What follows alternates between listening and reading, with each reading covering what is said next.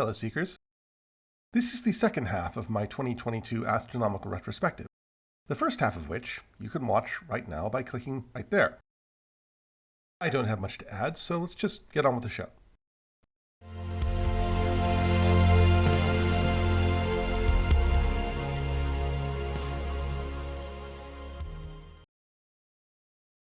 Seeing red. We just can't keep our eyes off Mars. We currently have 10 operational probes staring at it, 7 orbiters and 3 rovers. And this year, with Mars at opposition and even getting a nice occultation by the Moon, telescopes on Earth got a gander as well, with even James Webb getting a look in. Of these, the diva of the troop is undoubtedly Perseverance. Smaller than its rasher cousin Curiosity, but heavier and built to withstand the elements of Mars that Curiosity, cursed with being first, fell victim to. Sadly, the two will never meet. Curiosity has spent the last decade skirting the rim of Gale Crater, a dry lake bed near Mars's equator, while Perseverance is now in its second year patiently dissecting SgrA Crater, a dry river delta in Mars's northern latitudes. And it is Perseverance that, in typical diva fashion, is hogging the spotlight this year. And with good reason, because in September, NASA announced that Perseverance had obtained its highest concentration of organic molecules yet. They were taken from Wildcat Ridge, a meter-wide mudstone believed to have formed from the evaporation of salt water. Mudstone is a sedimentary rock. Sedimentary rocks preserve fossils on Earth. What might they be preserving on Mars? The samples, now stored snugly inside Perseverance in anticipation of a sample return in the 2030s, were described by scientist David Schuster as, quote, the most valuable rock samples that have ever been collected. Once, 3.5 billion years ago, SgrA Crater was a lake. In fact, its name means lake, and if organic molecules could exist within the crater in the presence of water, not just organic molecules, but literal biochemicals, that's a fairly strong case for ancient life. Not only that, but the fact that they've managed to survive in the frozen, irradiated surface of Mars for billions of years bodes well for life still existing today. Can you blame the Perseverance team for already planning for the sample return? In March, a team at Los Alamos used Perseverance's microphone, the first ever successfully sent to the surface of another planet, to measure the speed of sound on Mars. Unlike the speed of light, which any Einstein fan will tell you is constant in all reference frames, the speed of sound varies depending on the density of the material it travels through. This goes not only for the type of material — sound travels far more quickly through water than air, one reason why so many sea creatures use sonar — but also the quantity. The speed of sound for a plane traveling at cruising altitude is actually about 162 kilometers an hour slower than at sea level. As Mars's atmosphere is only 1% as dense as Earth's, you can expect the speed of sound to be somewhat leisurely. And indeed it is. Though not as much as you'd think. Fully 74% Earth's sea level. One surprising find was that sound on Mars travels at different speeds at different frequencies. By listening to the bass whirl of the drone helicopter Ingenuity,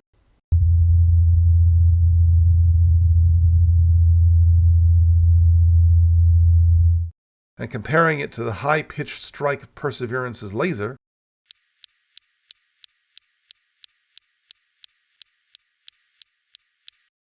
apart from the wind, there is very little natural sound on Mars. The team realized that for sounds below about 240 Hz, or about middle C on a piano, sound travels about 10 meters per second slower. This is due, apparently, to the behavior of carbon dioxide molecules when exposed to sound. Since Mars's atmosphere is 95% carbon dioxide, we can expect sound to obey carbon dioxide's rules. One mystery that has frustrated planetary scientists since first arriving at Mars is the color of its sky. Unlike Earth's, which is blue in daylight and red at sunset, Mars's sky is red in daylight and blue at sunset. Why this is well understood. Mars's atmosphere is choked with fine red dust, which tinges it at noon and refracts it differently at dusk. What is unknown is how it got there. Dust storms, the main weather phenomenon on Mars, are too infrequent to hold that dust perennially aloft. To solve this, a global team of researchers turned to Perseverance, which is equipped with sensors for pressure, temperature, wind speed, and dust levels. In short, a full Martian weather station. With it, the team found the origin of Mars' sky was, well, upslope winds and frequent dust devils. Basically mini desert tornadoes. In December, Perseverance even managed to catch the sound of one of them.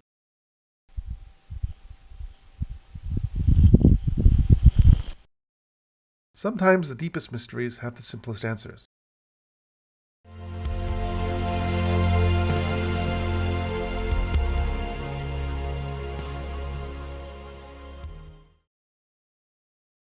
Armageddon out of here. Armageddon is widely considered to be one of the most astronomically illiterate films ever to receive a wide release. NASA often screens it as part of its manager training program, tasking trainees to identify inaccuracies. To date, they have found 168, or 1 every 54 seconds. That doesn't mean that some form of offensive action on our part is unwarranted should a scenario like that depicted in the film occur. In fact, NASA has been pondering such a response for decades.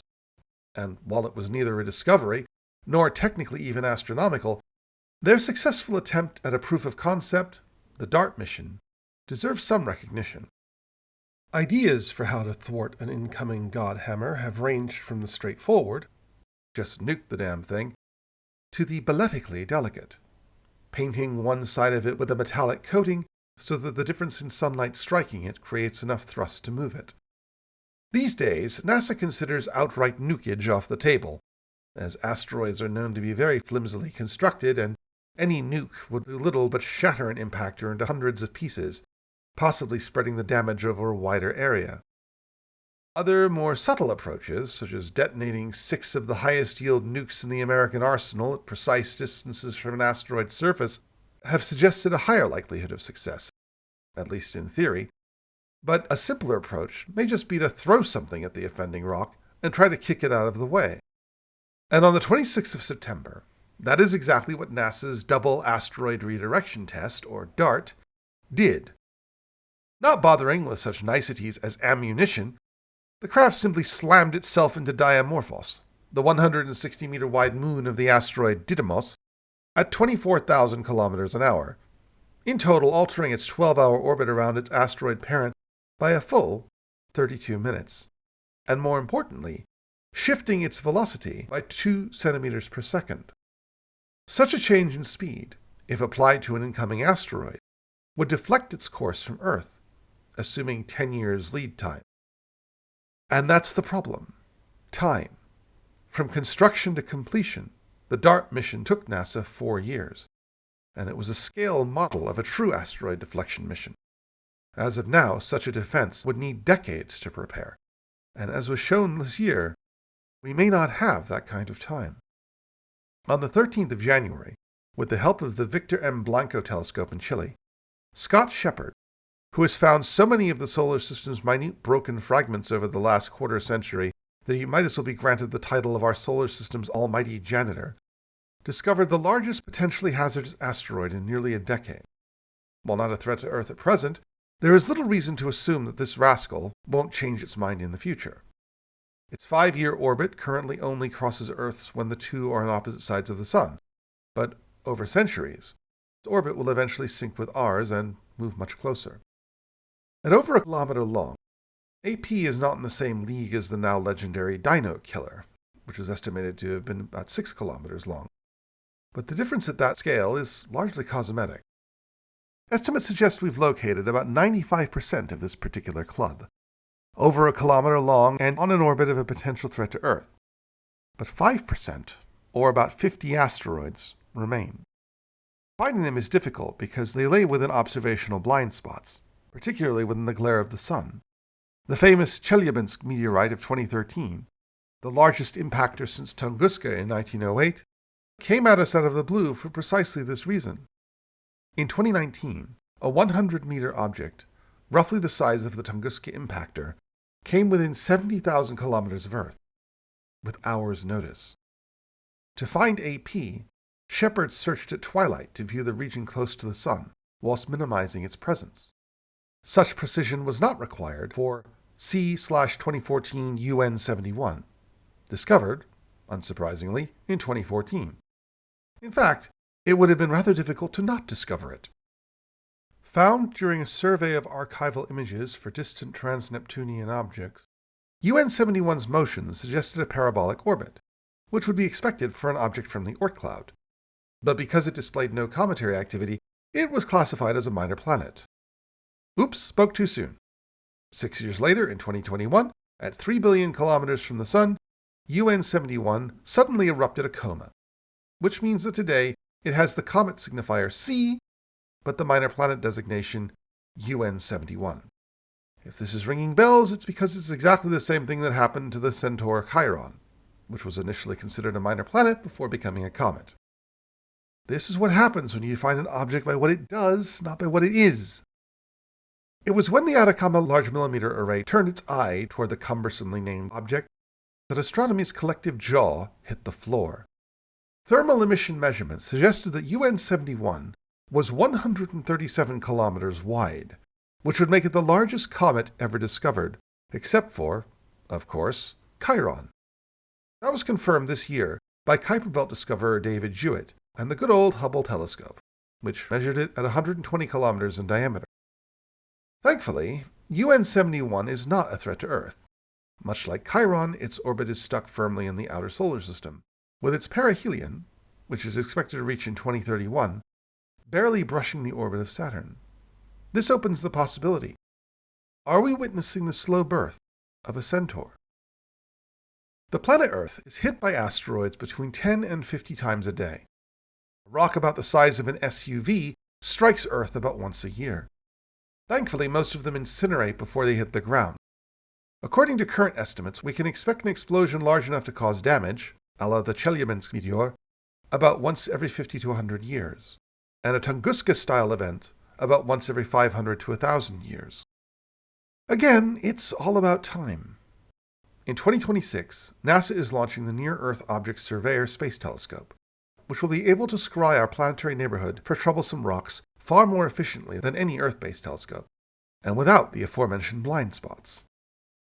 Perhaps, with better knowledge of the threat we face, we may at last find the time.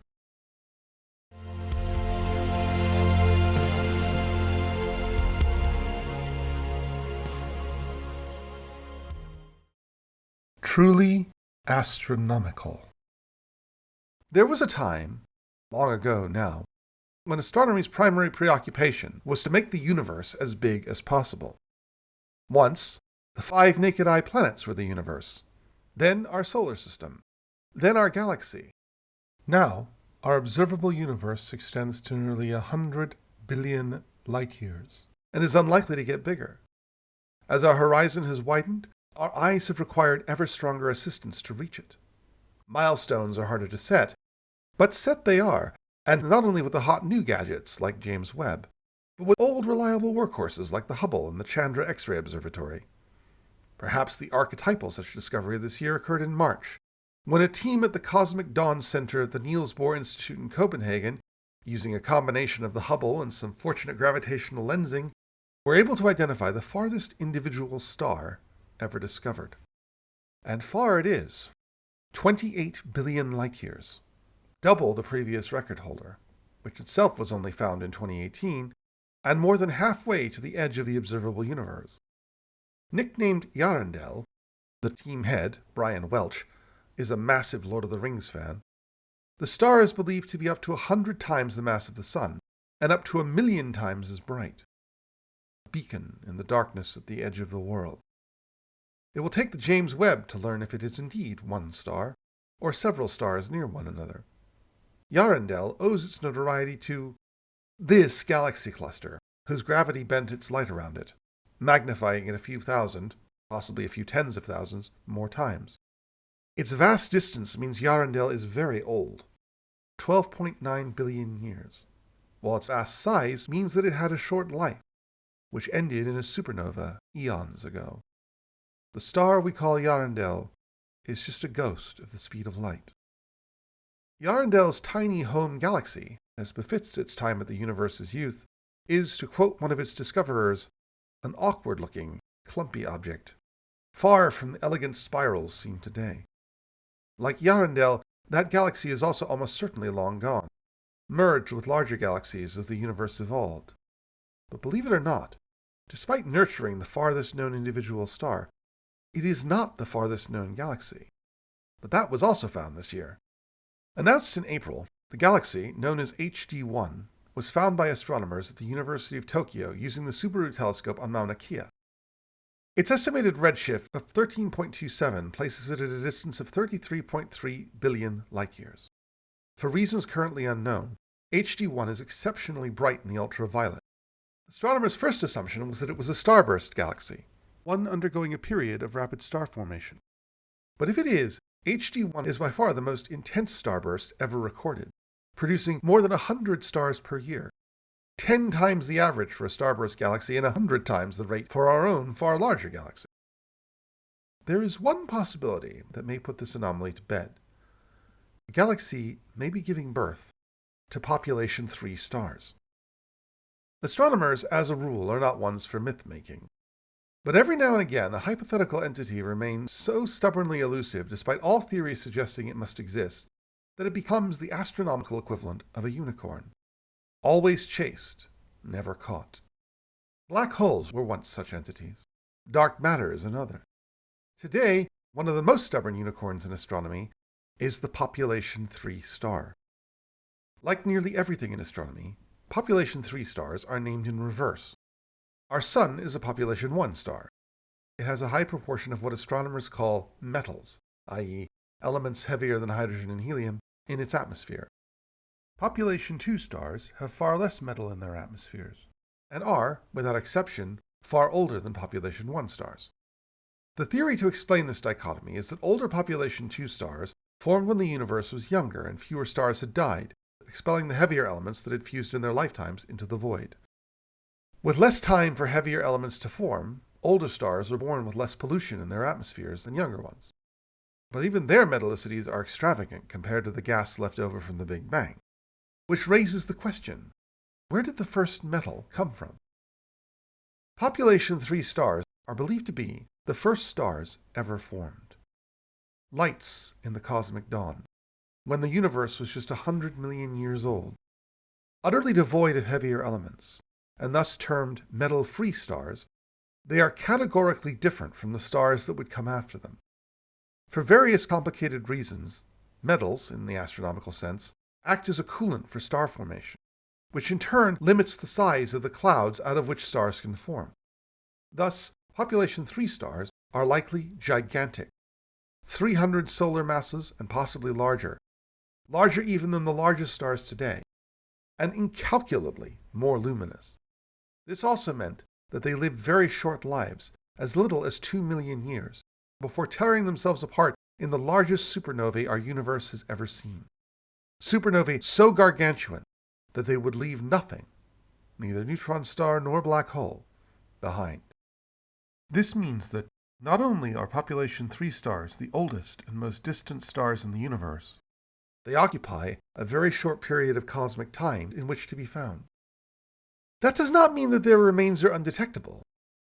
In October, an international team using the Gemini North telescope on Mauna Kea identified a distant quasar with an iron-to-magnesium ratio 10 times the expected value. Such values are consistent with the unique supernovae of population 3 stars. If HG1 is birthing population 3 stars, then their Brobdingnagian luminosities may explain its exceptional brightness. Another possibility is that it may be home to an accreting supermassive black hole, but if so, it would be the earliest supermassive black hole ever observed. 4 months later, James Webb laid its claim to the far universe by discovering what at first appeared to be an even farther galaxy, Glass Z13, so called because, like HD1, it lay at redshift 13. Except as of last October, it is now called Glass Z12, meaning HD1 gets to keep the title. One thing James Webb did do, in November, was detect the farthest ever globular cluster. Globular clusters are just as described. Globe-like, dense clusters of stars that mostly reside in the galaxy's outer halos and comprise mainly older, population 2 stars. This particular galaxy, dubbed the Sparkler Galaxy due to the bright clusters orbiting it, is 9 billion light-years away, which would make its globular clusters almost as old as the universe itself.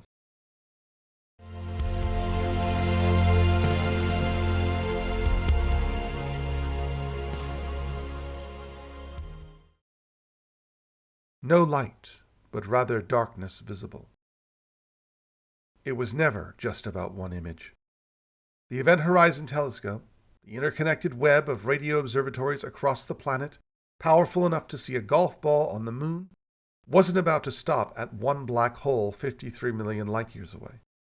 In fact, 2019's defining astronomical portrait, the shot of the ebon abyss at the heart of galaxy M87, was the team's second choice. Supermassive black holes are believed to lie at the heart of most, if not all, large galaxies. And our own galaxy, as it happens, is reasonably large, and has a fairly impressive supermassive black hole of its very own, churning in its core just 28,000 light-years away. So why, you might well ponder, with a perfectly decent target at home, would the widest telescope array ever assembled, please see my 2019 video, link up there for an explanation of how they did it, instead aim itself at another at the far end of our local supercluster? Well, it turns out that while the black hole at the heart of M87 is 2,000 times further away than our friendly neighborhood reality chasm, it is also 1,500 times larger. In fact, M87's black hole could swallow our entire solar system, Kuiper Belt included, while ours would fit snugly inside the orbit of Mercury. This means that, astoundingly, both it and our black hole, which still goes by the atrocious name SgrA, cover about the same amount of sky. Also, while, Sagittarius A star is fairly quiet, only revealing itself by the motions of orbiting stars and the occasional flare, M87's is ragingly active, framed by a searingly bright disk of infalling material, pushed to relativistic speeds. Also, Sagittarius A star's position within our galaxy means that the data is obscured by plasma between it and the telescope. Finally, M87's vast extent means that material takes weeks to orbit it, making it stable enough for the hours of exposure time required, while the gas orbiting Sagittarius A star completes a circuit in a mere 30 minutes. Yes, I said 30 minutes, for an object with a circumference of 74 million kilometers.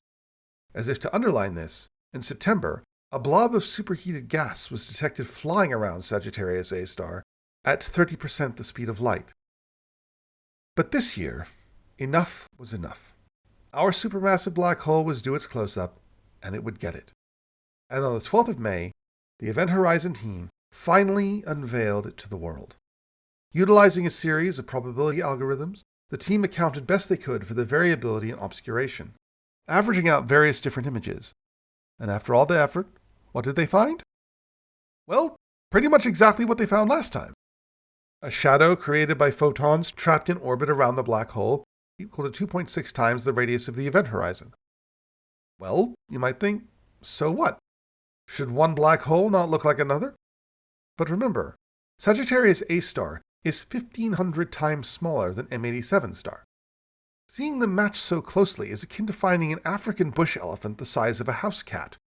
The ultimate conclusion is that black holes are, at their core, so to speak, very simple, sculpted by only one force, gravity.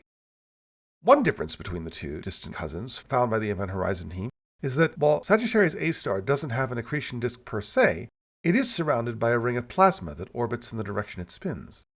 The disk is kept in check by Sagittarius A star's electromagnetic field, meaning that very little ever falls beyond the event horizon, the equivalent of a human consuming a grain of rice every million years. But is our black hole really such an old fogey? Its glory days long gone, sitting on its porch, occasionally grumbling, staring out at the young hotshots with their quasars? True, it is fairly quiescent these days, but it is still livelier than you might think. In fact, at least once a day it flashes up to 100 times brighter than normal. And in January, an international team of astronomers, using data from NASA's SWIFT satellite, which has been glancing at Sagittarius A star every few days for the last 17 years, attempted to find a pattern. They found that activity rose from 2006 to 2008, then fell between 2009 and 2012, before rising again. Unfortunately, this does not signal a pattern, and likely means that whatever is triggering the events is external to the black hole itself, such as gas clouds or the magnetic fields of passing stars. But we don't have the data to answer that. Also in January, a team using the Gemini North Telescope at Mauna Kea and the European Southern Observatory's Very Large Telescope in Chile mapped the motions of 4 stars orbiting Sagittarius A star, and determined that it comprises 99.9% of the mass within the galactic center. This may appear to dampen possibilities of further discovery in the region, but 99.9% is also the amount of mass the Sun comprises within our solar system, so there's still room for surprises. And speaking of surprises, I'd like to cap this entry with a separate but related discovery. In November, astronomers using the Gemini North Telescope discovered the closest black hole to Earth yet, just 1,600 light-years away, 3 times closer than the previous record holder. Dubbed Gaia BH1, the black hole is a relatively titchy 10 solar masses and is orbited by an uncannily sun-like star at a distance of about 1.4 AU. It was this star that gave the black hole away.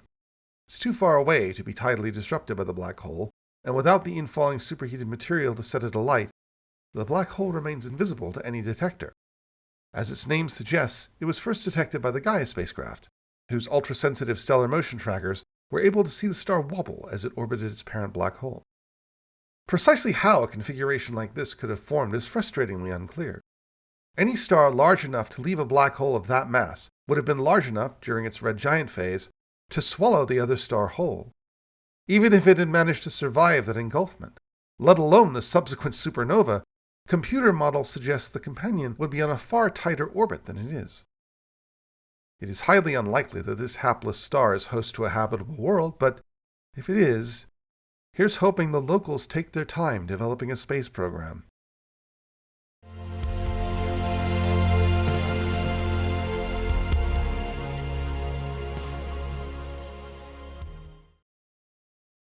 Well, duh! It began with 18 dots. 18 chaotically placed images of the same star, recorded in each of the James Webb's 18 unaligned mirrors. That, on the 11th of February 2022, was the first image taken in the next frontier of astronomy. The next image was, naturally enough, a selfie, taken with a specialized lens in Webb's near-infrared camera designed for alignment and maintenance. To give you an idea of how powerful the camera is, that lit segment is illuminated by the light of a single star. NASA had previously said that such an image using starlight was impossible, but in keeping with the spirit, they tried it anyway. In July, Webb tracked the asteroid Tenzing to determine just how quickly it could follow a solar system object. It was cleared for 30 milliarcseconds per second, but tests prove it could track objects at speeds as high as 67 milliarcseconds per second. Also in July, Webb took what could become its defining image, the cosmic cliffs. The cosmic cliffs were a follow-up to a visible light image taken by Hubble in 2006. The contrast illustrates just how effective Webb's infrared camera is at seeing through cosmic dust. The image is of a cavity blown into the Carina Nebula by a cluster of hot young stars. The winds from these stars cause the clouds to pile up, compressing them into waves of starbirth. Protostellar jets erupt from these young stars, the youngest of which, previously invisible behind a wall of dust, now appear as red.